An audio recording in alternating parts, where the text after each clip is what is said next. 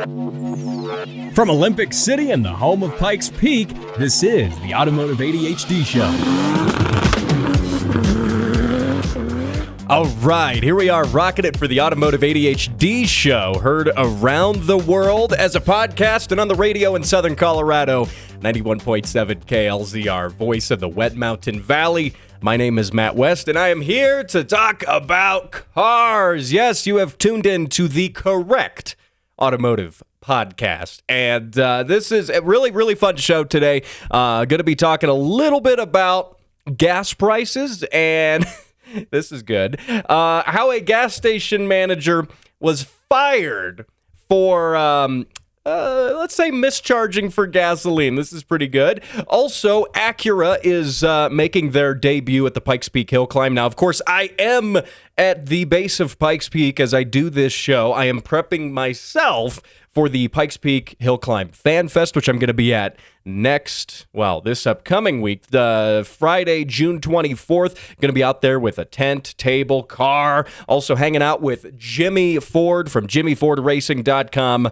He is one of the competitors going up the hill climb in the number 17 car, and it's fantastic. And he's going to be, he was on last week's show, so if you didn't catch that, well, oh man, you, my friend, are missing out if you didn't catch that. That is, you know what, every time I do one of these cool guest interviews, whether it was Alistair Moffat, 13-time Guinness World Record holder for stunt driving, Connor Hudson, the filmmaker, all of these people I've had on the show before, and I do a show afterward, I'm like, gosh, how on earth do I top that?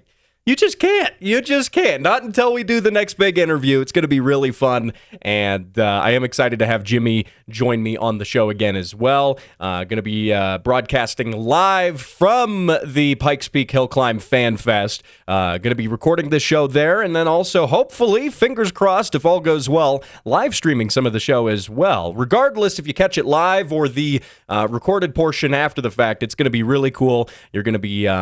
seeing some stuff that I think no other automotive podcasts are doing. So that's cool. Another fun thing I've got on the show today, I know it's always a packed show, is we're going to talk about John DeLorean's long-lost son, allegedly long-lost son, and how he's building knockoff DeLoreans and selling them to terrorists. And this is so absurd, so bonkers. I can't wait to talk about this.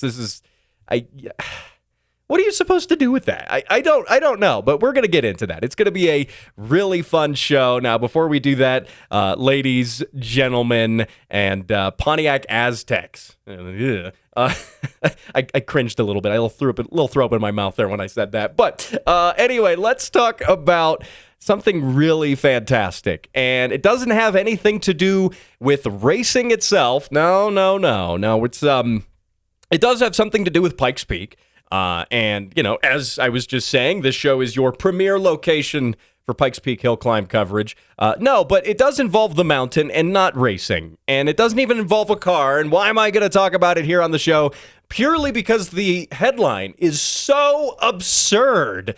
When I saw this headline, and hat tip to KRDO News Channel 13 right here out of Colorado Springs for this one. But I'll just read the headline to you, okay? Man will attempt to push peanut up Pikes Peak using contraption taped to his nose.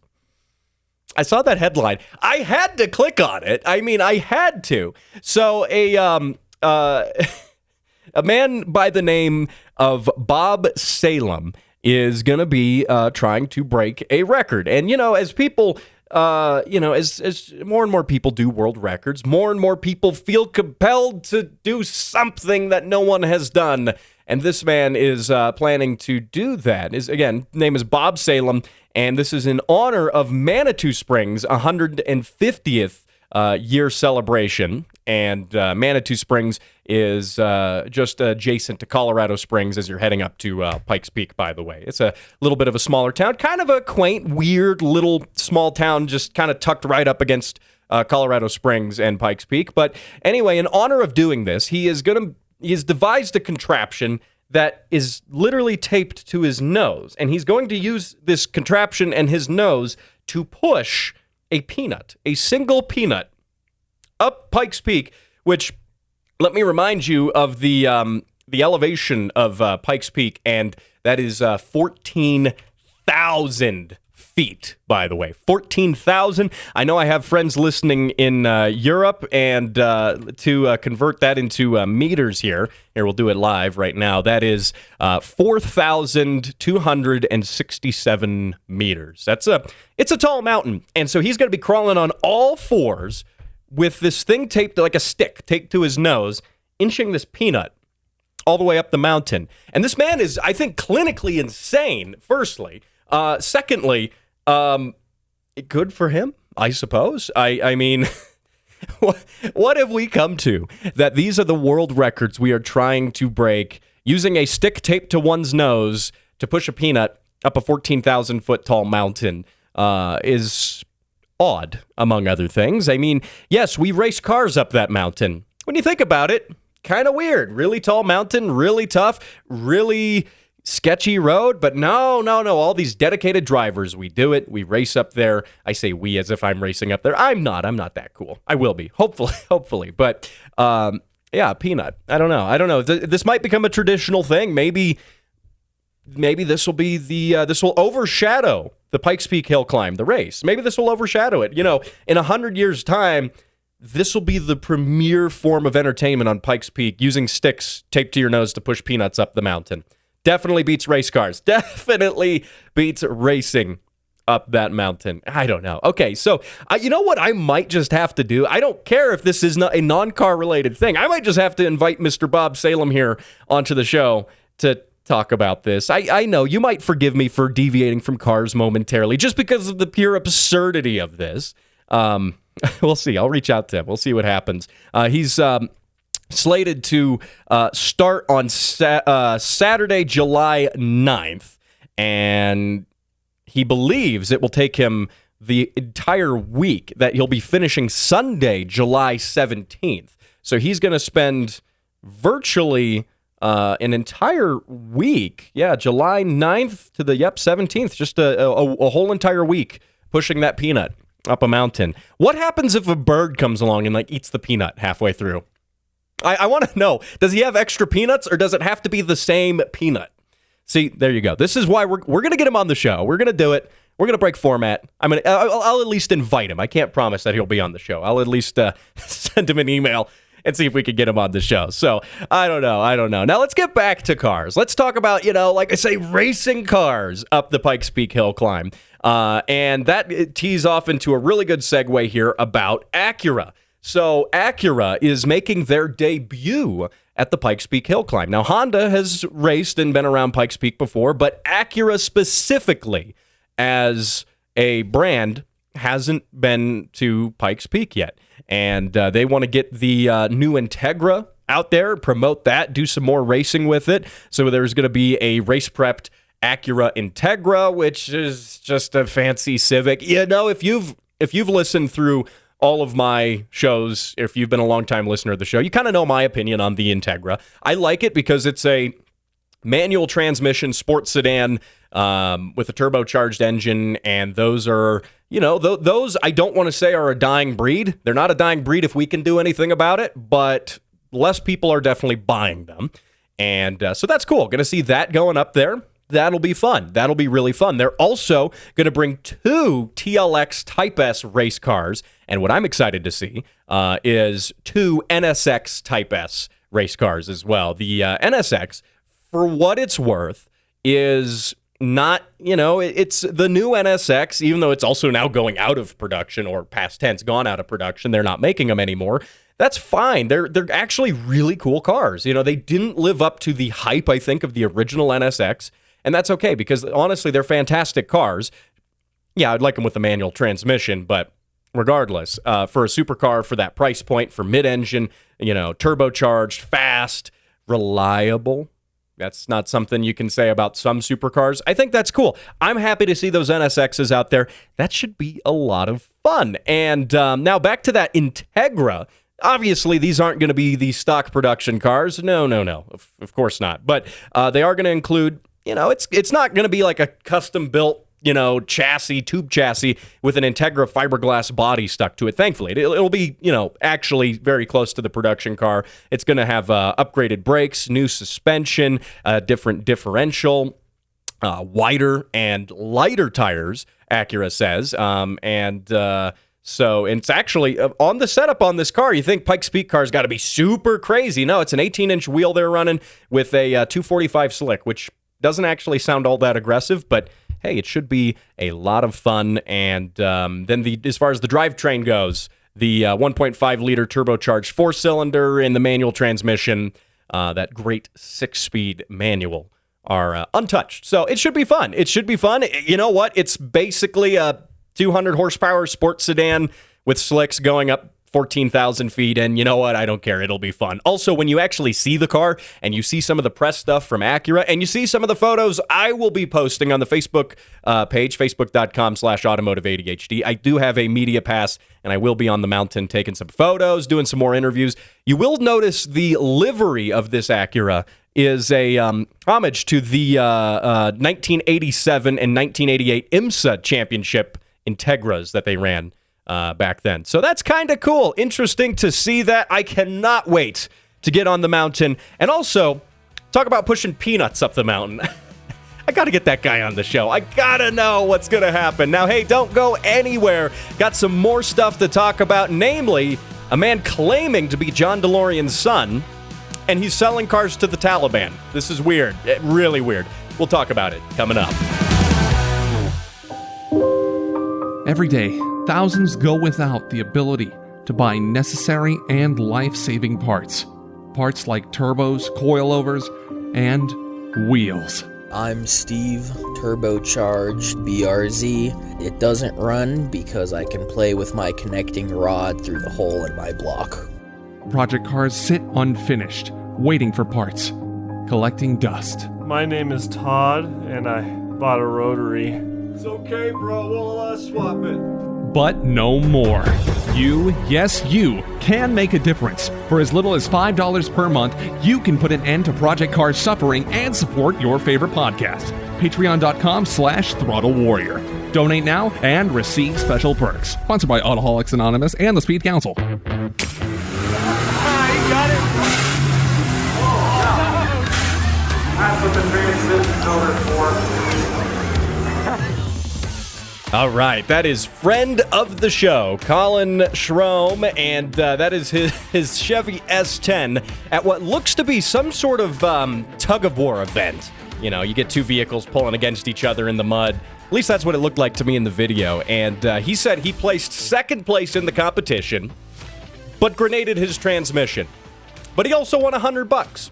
So, yeah, take that how you will. That was the sound of him grenading his transmission there. And he managed to win second place, he said, even after getting the truck stuck in two-wheel drive instead of four-wheel drive. So good on you, Colin. Now, of course, though, I think what is in order is a moment of silence for your transmission, Colin. So let's all collectively just kind of bring in a moment of just quiet and respect for that transmission on its way out.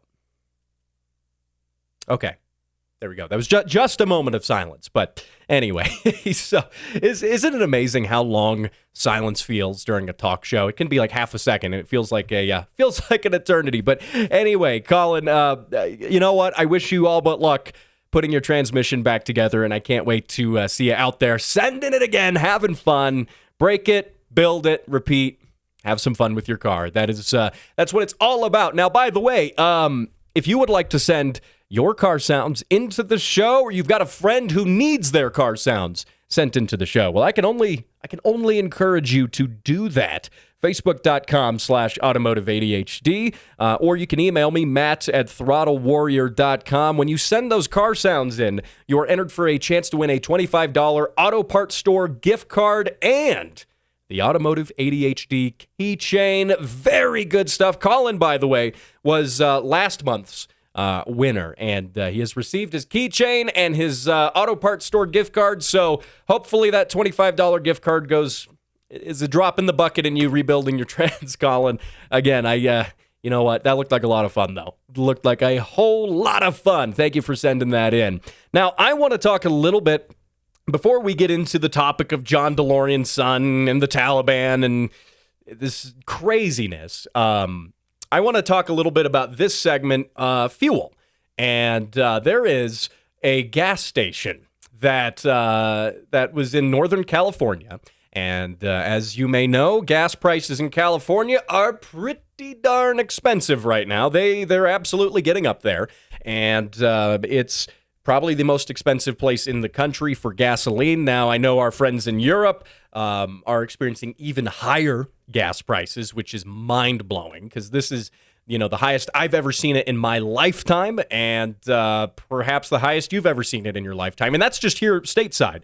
It was $5.30 a gallon for premium here the other week, and I decided to say, no, we're doing E85 only now because the E85 is still like $2.99. But anyway, that said, California average price of gas there is a little over $6 a gallon, about $6.50 for regular gasoline, not even premium. We're not even talking premium. Premium, we're talking over $7 a gallon. But there was a manager of a little gas station in Northern California, and he was, doing his daily rounds, putting the gas prices into the computer that, sends that information out to the pumps, sends that information out to the sign as well. And he was attempting to set the gas price to $6.99.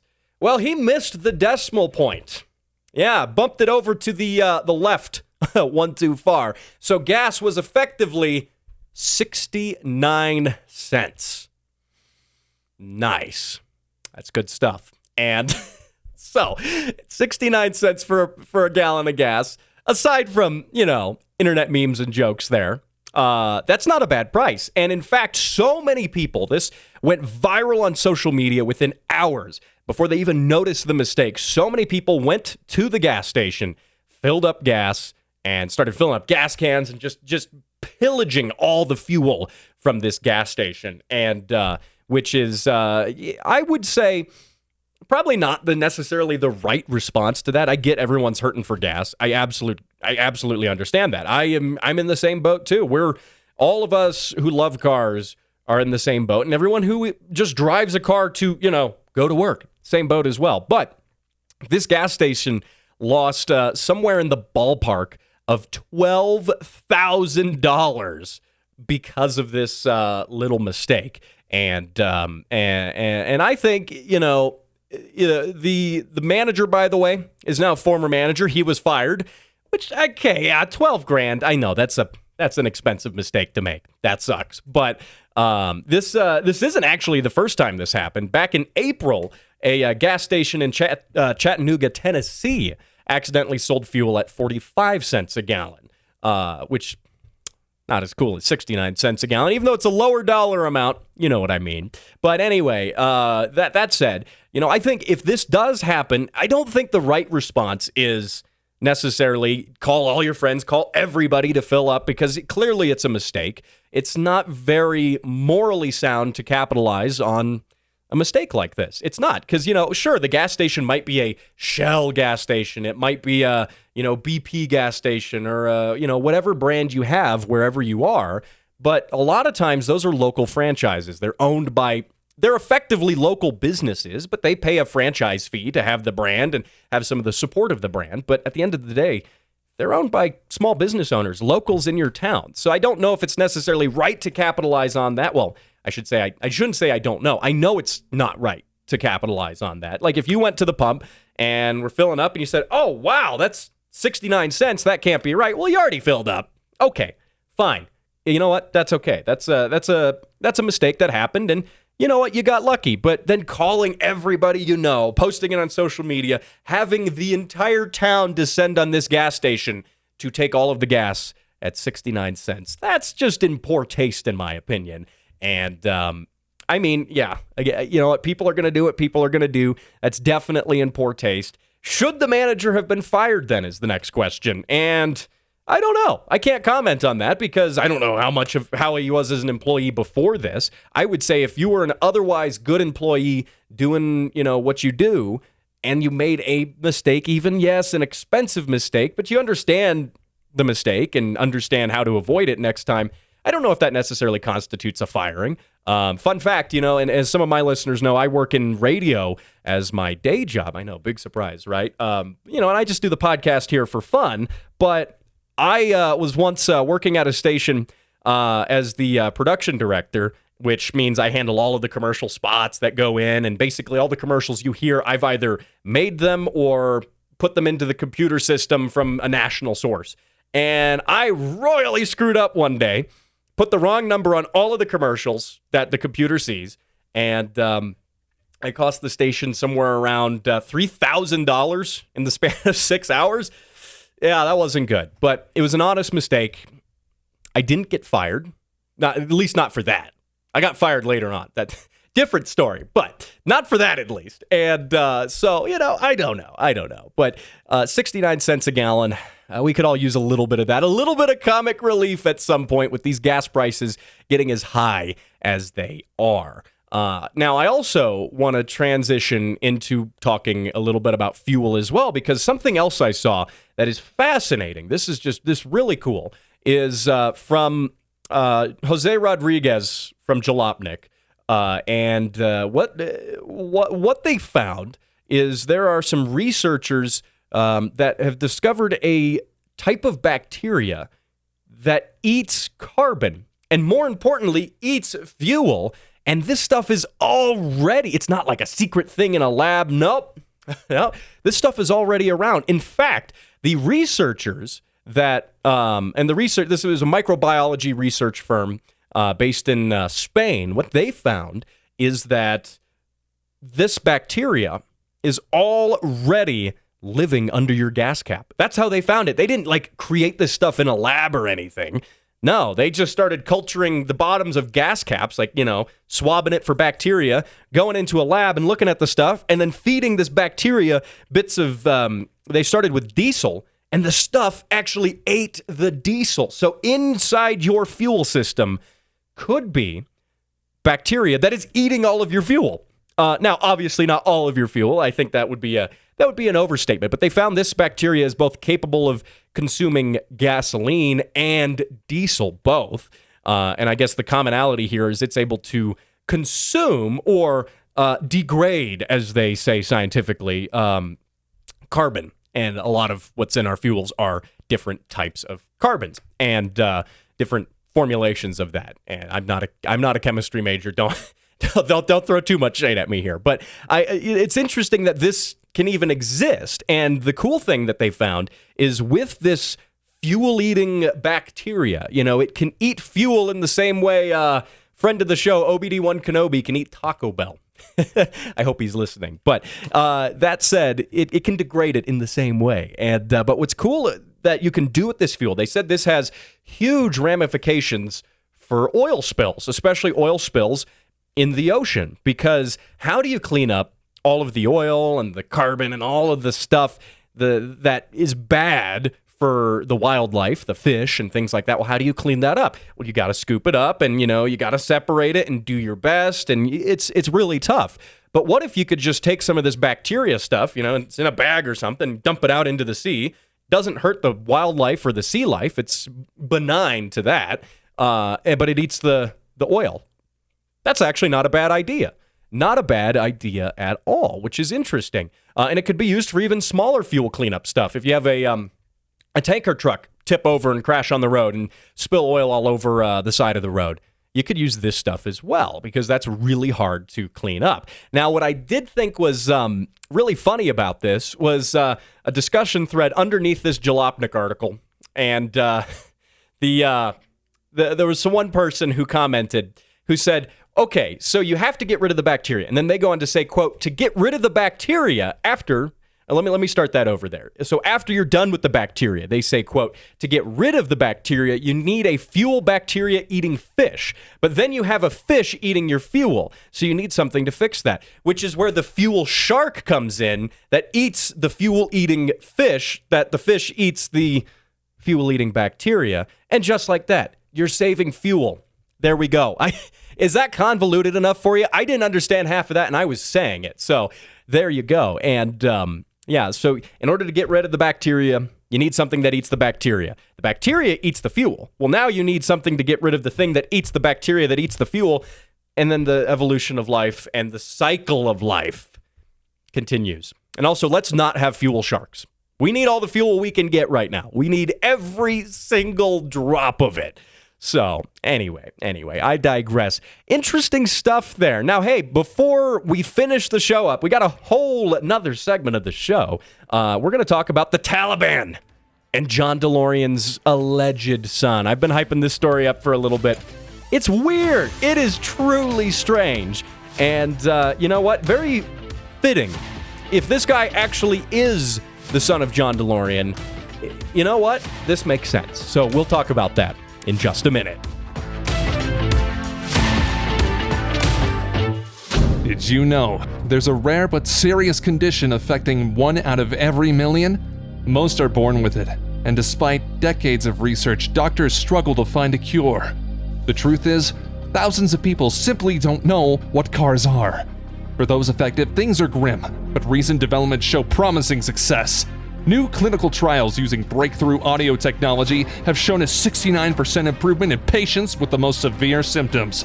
Treatments vary, but one day we may see a cure. More information is available at throttlewarrior.com.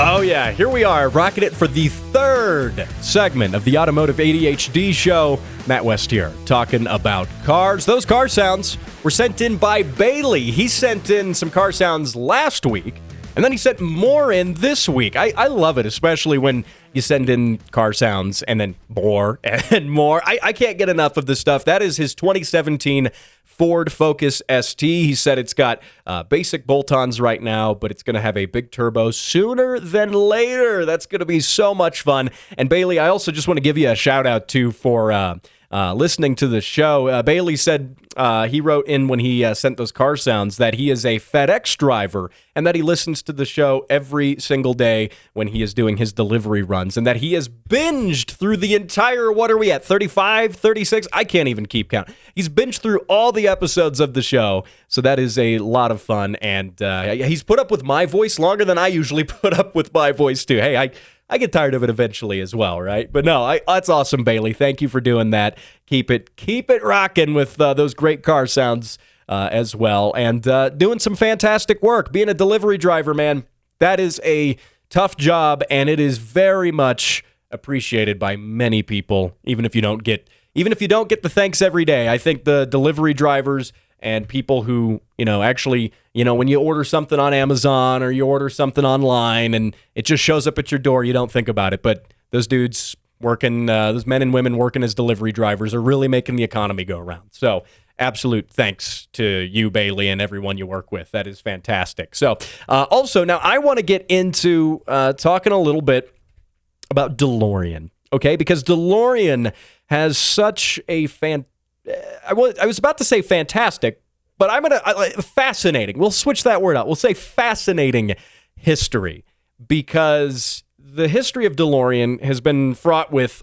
fraud and, drugs and criminal activity and really interesting cars. And we'll talk about John DeLorean's alleged son here sooner than later. But I want to give you a little bit of background before we do on the history of DeLorean, which DeLorean is the name of the man, John DeLorean. Obviously, it's not just the name of the company, but it is his name. And John DeLorean was born back in 1925. He got into the automotive business, and in 1972, I'm just giving you kind of the quick timeline here.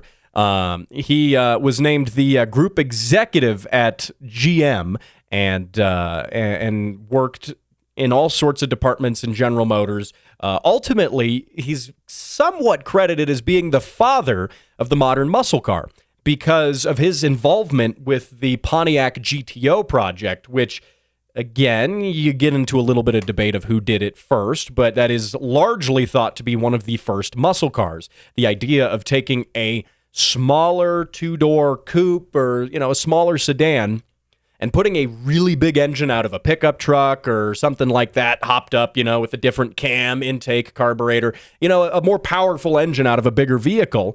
That whole idea was sort of spearheaded with that original Pontiac GTO. Now, John DeLorean, I won't say invented that idea. He was part of the management at General Motors and was largely credited for it, but I reckon it was probably more of the actual engineers working on the ground level. Someone there really kind of, I think, should be credited with that. But that said, he continued his time at General Motors.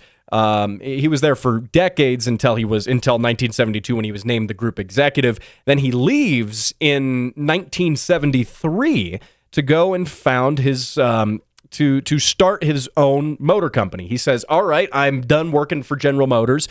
Let's start a new company." He wants it to be his company. And so in 1975 now, he spent time collecting all of the different funds and things that he needed. 1975 rolls around. He creates the DeLorean Motor Company, DMC. So then they start working on building cars, building prototypes through the 70s, working on factories, getting all of the back end, the supply chain, getting all of this stuff done. Because starting a car company from scratch takes a lot of time. And it's not even until the 1980s when they start actually producing stuff and actually doing things with the very first DeLorean and the first prototypes. It's 5 years, and that's honestly pretty quick. Look at how, Elon Musk now as a modern contemporary, and I'm not equating Elon Musk to DeLorean necessarily, but both are fairly well-off gentlemen at least what they started their car company. Elon Musk is probably doing quite a bit better money-wise now, a decade into Tesla than John DeLorean was doing. But I'm just saying, starting a car company, it takes time. The first Teslas and stuff, the early 2000s, and, that stuff happened then. And then you start going into the 2010s, the Tesla Model S. It takes time. Now they're a bigger company. Same thing happened with DeLorean. And by 1981, some of the first production DeLoreans start rolling off of the assembly line, and they start getting loaded up on ships to be sent to the USA, and getting all of the U.S. emissions testing, all that stuff done. And so, all right, they start selling the cars. They have a wide amount of hype for them. John DeLorean was a massive salesman in many ways. He did, presentations unveiling the DeLorean and talking about the future of the motor car and all these different things. He was really trying to impart his vision of, a car company onto the public and get them to buy the cars. Ultimately, and this isn't a big spoiler, but ultimately, as well as I know, that the DeLorean Motor Company was not successful.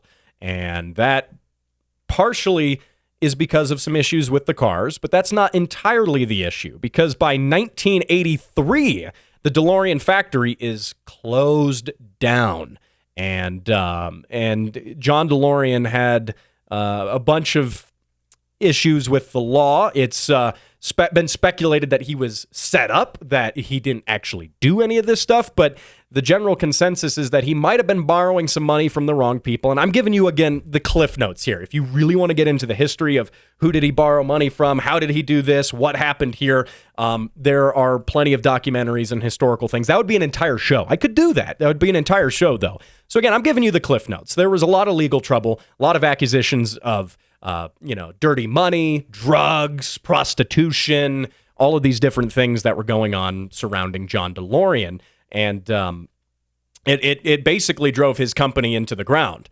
Whether or not he was actually guilty of these things is irrelevant, because it had its effect on the company. That was what happened. Okay. And he was ultimately acquitted of several of the charges that happened, but the company was gone. There was no way to bring it back. No one wanted to loan John DeLorean any more money. No banks, no investors wanted to do anything with the DeLorean name. And there it lied. It rested. The company rested until the mid-90s, when an entirely different company purchases the rights and the different remaining DeLorean parts, all this new old stock stuff that had been produced but never assembled.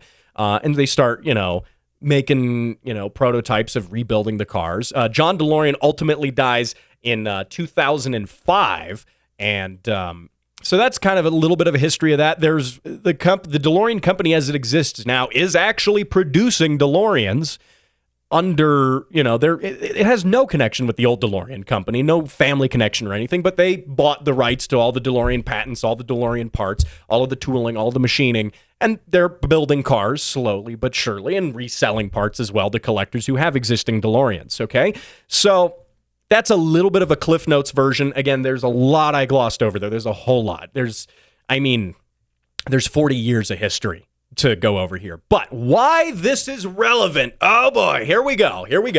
The reason this is relevant is because a man has now come out claiming to be John DeLorean's long-lost son. He goes by the name Ty DeLorean, and is he really DeLorean's son? I don't know. I don't have that answer. DeLorean allegedly had a lot of relationships with different women and prostitutes. It's entirely possible this guy's genetically related to John DeLorean. It's entirely possible, but there's no way to prove it. But he is manufacturing cars himself out of a shed, apparently. And they're these three-wheeled cars with gull-wing doors. They have the DeLorean doors. They're very angular. They're silver. It looks like a Reliant Robin. If you've ever seen a Reliant Robin, if you've watched old school Top Gear, you will be familiar with the Reliant Robin. It's a three-wheeled car, two wheels in the back, one wheel in the front.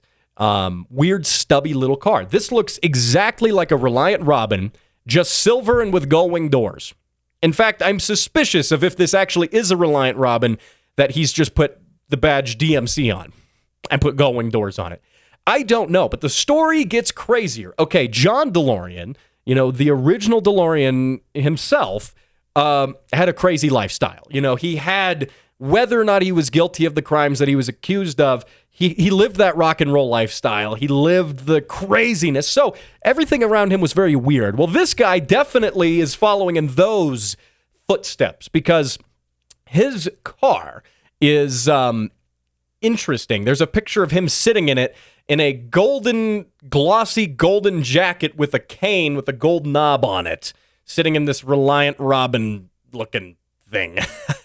I don't know what it is, but regardless, it's very strange. And this is where it gets weirder though, because he now says that his car is so successful that it has attracted attention around the world in terms of becoming a car for the people.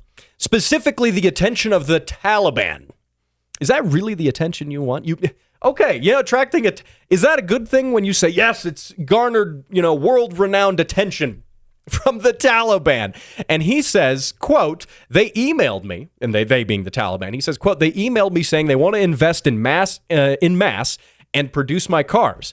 He goes on to say, quote, they want to use them for government officials, and they say the head of the Taliban signed off on it, and I'm now dealing with his deputy and transport minister. So can you picture this?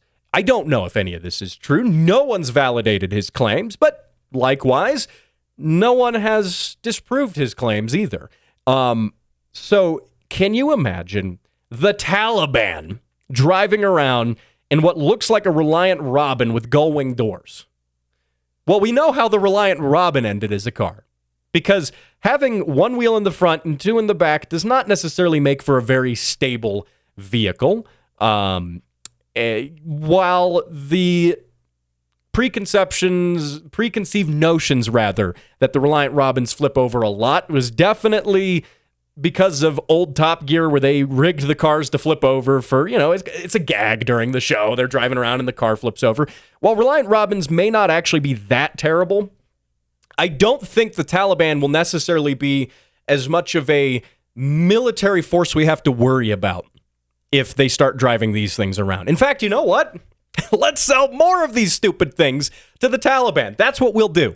We will sell these weird DeLorean three-wheeled gull-wing door things to the Taliban, and they'll all crash and they'll all roll over, and we won't have any military threat from the Taliban. That's maybe a fair thing there. Now, Ty DeLorean goes on to say that he hopes that that he hopes his cars will bring peace to the world by selling them to the Taliban. I'm confused by this. This man is very eccentric, much like his alleged father. Okay, that's where I do see the connection there. He says that, he says, quote, "In my ambition, which is sometimes bigger than reality, I'd like to see the vehicles as a peace symbol." Then he goes on to say that it could be used to negotiate with the Taliban and help get them to start dropping off some of their hardline stances. And if they were able to do that, maybe I could, end quote. I don't understand what he's necessarily saying there.